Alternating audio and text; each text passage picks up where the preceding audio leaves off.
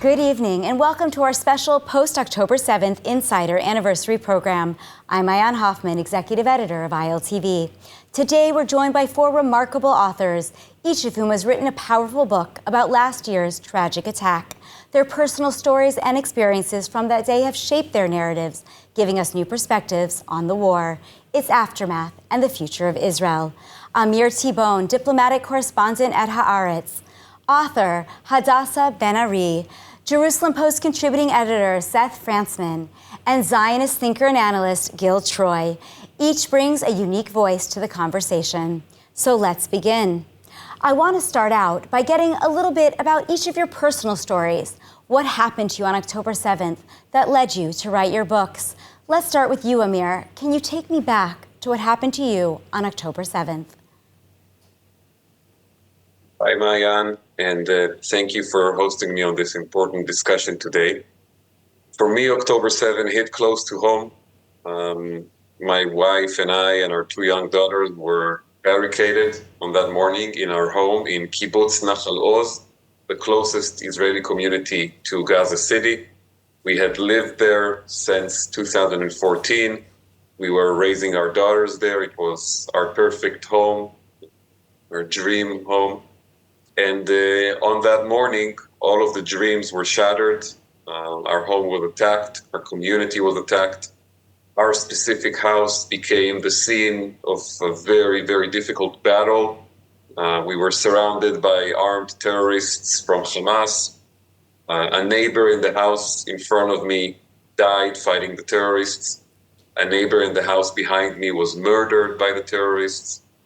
And we were there for very long and difficult hours with two young daughters, two young girls, 3.5 and 2 years old at the time, telling them to remain quiet, trying to keep them calm, trying to keep ourselves calm so that they will not lose their patience. And ultimately, Amir, ultimately, I believe, if I remember correctly, your father actually played a huge role in being able to rescue that day to safety. Tell me a little bit more about that.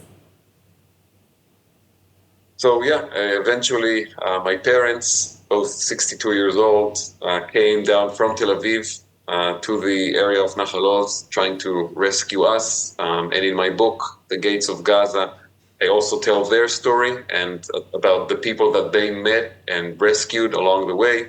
I tell about some of the heroes, the soldiers, the police fighters, the local security team of the kibbutz who battled the terrorists on that day. And I try to put everything into one picture: family story, community story, and the people, the heroes, came to try and save lives on that terrible day. Amir, how have you been since such a tragic and difficult experience? I mean, of course, for you, as you said, it ended, thank God, with you and your family alive, but others who you were close to, of course, were murdered that day. How are your children doing? How is your father doing, who played such an important role, your parents, in that rescue? Well, I'll be honest, Maayan, today, as we are recording this, it's a difficult day. And yesterday, October 7th, was even more difficult. I went to several memorial events, some of them for people from my community, friends and neighbors, others for soldiers who died in the battle for our kibbutz. My girls are mostly okay. It's been a little difficult for them as well because they're surrounded by all of this. But we try to stay strong. And the most important thing that we have to do as a community and as a family even, we are all recruited to this, is to continue the fight for our hostages. We still have two friends from my kibbutz in the hands of Hamas, Tzachi Idan and Omri Miran.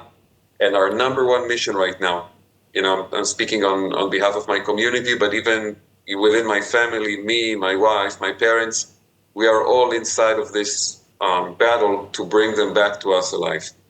And amen to that. I want to turn to you, Hadassah, who actually lives on the other side of the country in Pardes Chana, which has really been largely, despite its location, relatively calm. But yet you decided to write this book. Tell me a little bit about the iteration of your own book. On the 7th October, we were at our grandparents in Jerusalem. So we heard the sirens on 7 morning.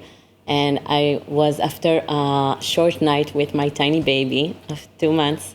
So I came to the living room to my other 6 children I wanted to say good morning, happy holiday, but then we heard the siren.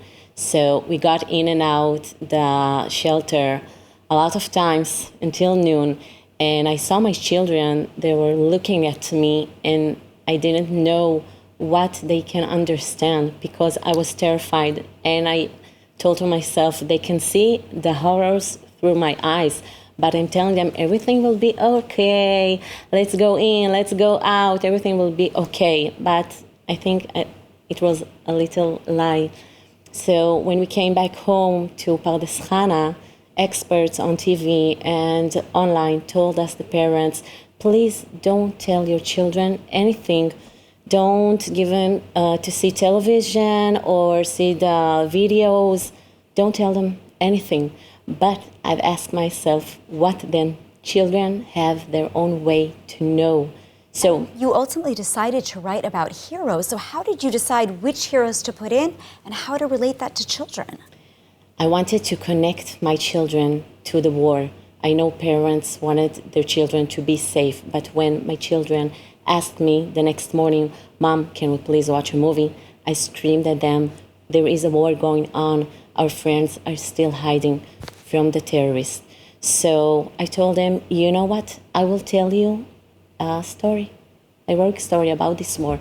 And when I told them the story, I saw they are laughing. I've told them about Rachel Edry from Ofakim and the cookies. They were smiling and laughing, and they responded to me with a really good energy. So I told them, from now on, I will tell you every day one story from this current war. And I'm assuming that's what turned into the book. Yes. Amazing. Now, Seth, I want to turn over to you because you actually were a war correspondent for a number of years. Tell me where you were on October 7th. I know it was a Saturday. Yeah, well, just like she just said, I woke up around a bit after 8 o'clock in the morning. I'd been up late at night having a few drinks because I'd just gotten back actually from the States. And my kid was shaking me, and he said, there's sirens. And I said, it's just not possible. It's Jerusalem. Why would there be sirens? You know. And then I started to hear that wailing that it just never gets out of your mind if you've heard it. And I went to the balcony, and our balcony faces Gaza. So it happens to be about 40 miles away. And at that very moment, we could hear the interceptions over the house. And we live in southern Jerusalem. So the kids ran to the safe room screaming, and their mother got up as well. And I decided, I've covered war for a very long time, so I thought, okay, I better find out what's going on, and I better go down south to Gaza. I've covered a lot of Gaza wars since 2000, since the disengagement. So it was my natural place. Yeah. So that was my natural place to be. We didn't know, of course, at the time how bad this was. You know, we thought, okay, it's a terrorist attack. We've heard there's dead bodies. We've heard there's hostages, but we had no idea. I mean, just this total chaos and inferno that I drove into, and then other people that I ran into along the way. Now, Seth, you went down south not only that day, but again many, many times thereafter, and you started talking to people, to the citizens, to the soldiers, to start to get an idea of the stories that were happening down there. But at what point did you realize that this needed to go beyond the articles that you were writing for the Jerusalem Post, but actually to turn into a book? So yes, the second day I went down, and we went down near Zikim, not far from the beach, and we encountered tanks, and we saw some corpses of terrorists that had been killed. And then every day after that, I spent time with Israeli military units. I spent time meeting commanders and soldiers and police, and I very quickly realized I've interviewed almost every unit that is involved in this war within a short period of time. People, representatives of them. And I've been to the communities, and I started to think, there is a forest for the trees problem when you write articles every day. You don't see the whole story, and I thought, no, this has to be put in one place. It has to be a narrative. I've covered Gaza since 2005. I know a lot about this. I already have chapters that could be written. I think I'll cover this up until this first 6 months of the war.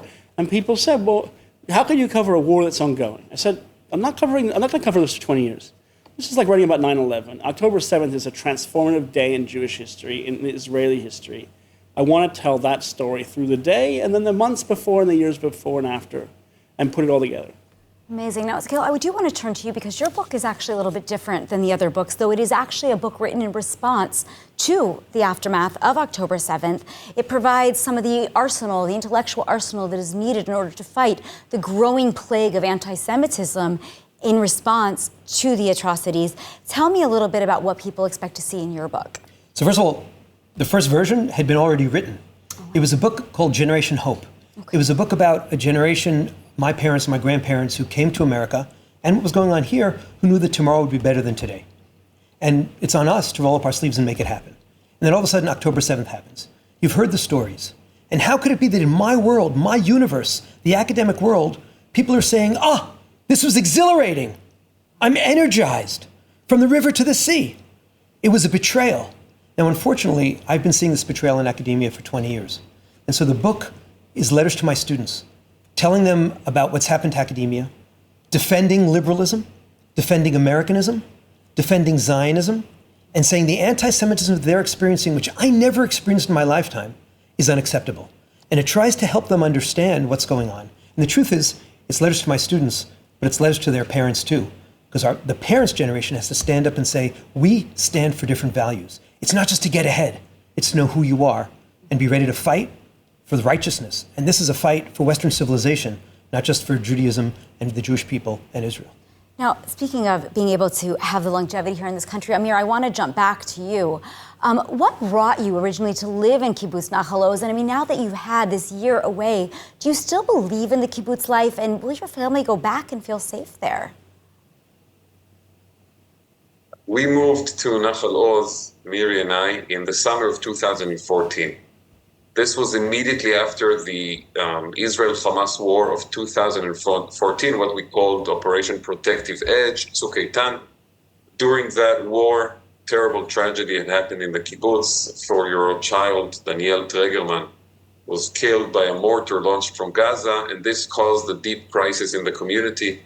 A lot of families chose to leave, and others, including us, chose to move there. We were living in Tel Aviv at the time. We decided to move to Nachal Oz.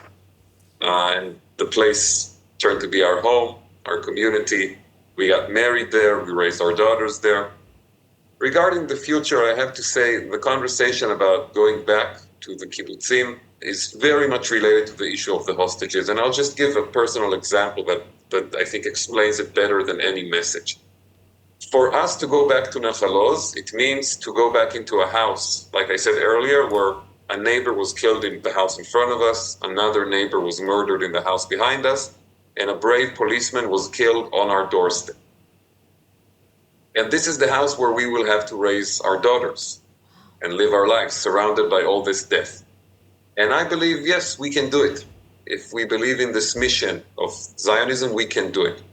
But I'm not sure that I can pass every day by the houses of my friends Omri and Tzachi, who were taken into Gaza alive, and we got life signals from them while they were in captivity, and know that they were left to die in the tunnels of Gaza. I'm not sure I can stomach that. Because the people who died on October 7th, we cannot bring them back. We can only commemorate them, and that's what I try to do in my book. But our friends who were taken alive, we can still save them. Wow, it's so heavy. And I mean, Seth, I actually want to turn to you to talk a little bit about that, because on October 7th, you and I actually went down to the Reem Forest, to the Nova Music Festival massacre, where the massacre took place. And we were there. It's one of the darkest sites from October 7th, nearly 400 people killed. Actually, dozens were kidnapped from there. And just on the anniversary again, we're back at the Reem site, but this time with hundreds of families mourning the loss of their loved ones. You're an objective journalist, but you're also an Israeli citizen. How do you process what happened in that place? And how do you make sense of the fact that for so many of these families, the tragedy that hit them on October 7th is still very much ongoing? Yeah, I mean, it's a good question. I've been going back to Nova many, many times. You said we were there the anniversary, and I was there on the 6-month anniversary as well, and I've been there a few other times. Wow. So it's an ongoing living memorial. People keep bringing different things there. There's little placards for each of the fallen. There's people set up benches and little areas to memorialize their loved ones. And it's nice to see this living organism growing. I mean, it is harrowing. It's a difficult place, but there's something very modest and decent and genuine about it. And I think that, I mean, the Jewish people have gone through lots of suffering in our history. It's not that we forget. You know, we have the Shoah, we have the pogroms, we have the expulsion from Spain. we know about loss, and our tradition teaches us about that, I think. So it's the loss I think we can process. It's important to be able to go there. I think it's difficult to see the divisions in Israeli society and the inability, as Amir talked about, to bring home the hostages, and also to have closure in the war, to win the war or lose it, I guess. You could get the other kind of closure, but to have some sort of ending, that could take years. So it'd be good to get there. Yeah, and certainly, as you said, you had to write a book that in theory is the first 6 months, but the war is really not ended, and we certainly know that as we're experiencing the rocket attacks today here in Israel. I'm wondering if for each of you, if you can talk about what surprised you the most in the past year. As you sat down to write your books, did you expect something to be different today? Gil, why don't you start with that question? The subtitle is Letters to My Students on Defending the Zionist Dream. And on October 10th, 3 days after this awful massacre, we went down to bury this wonderful, beautiful boy, Ben Mizrahi, 22 years old, who was killed in the Nova. We discovered that he wasn't just shot and murdered, but in fact, he was there because a party goer. He didn't run away. He went back in with his friend Itai Bausi trying to save people. The stories of heroism are unbelievable. And I went, when I heard the eulogy, from thinking of Shoah, Holocaust, thinking of pogrom, thinking of despair, Yeush, to understanding Zionism never promised us a rose garden. We are not just October 7th Jews. We are October 7.2 Jews.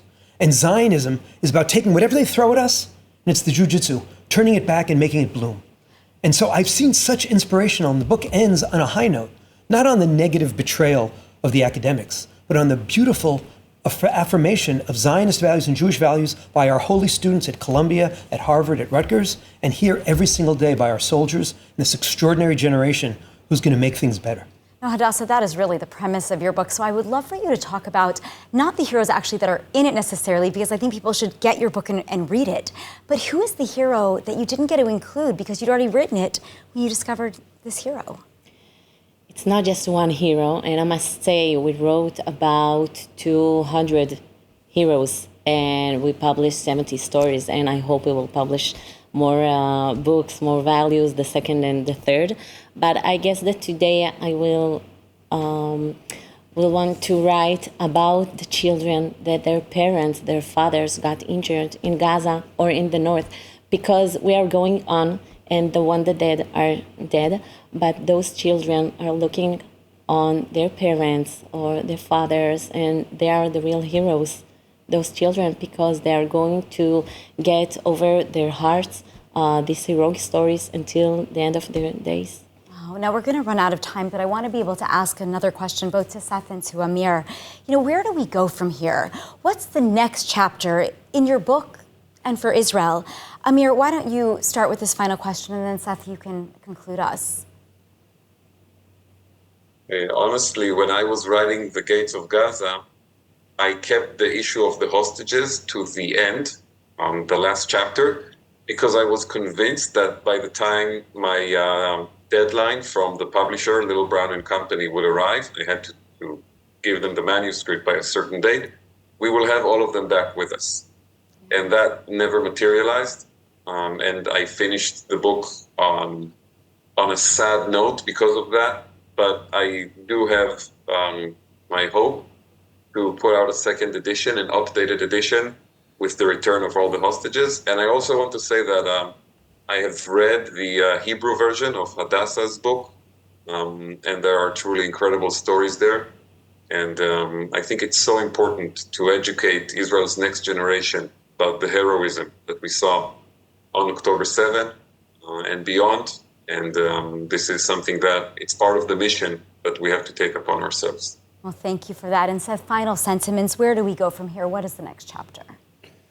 Well, I think October 7th is the first shot in a much larger, massive war in terms of the world order. I think it's you can see Hamas is backed by Qatar and Turkey and China and Russia and a whole host of anti-Western actors. So unfortunately, we find ourselves in a fight that is part of a world war. And I think that this is just one chapter. It's very important for us, of course. But in terms of what comes next, we're going to see in the coming years much worse things happening in Asia and what's happening in Ukraine and other places. And unfortunately, October 7th, I think, will just be seen in retrospect as the beginning, the opening salvo in a much bigger war that will consume the next decades of our lives. Wow. Well, on that note, that's all the time that we have this evening. I want to really thank our guests for being here today. For more of the latest updates from Israel, make sure to subscribe to our newsletter at iltv.tv. Thanks for watching Insider. Have a safe and pleasant evening.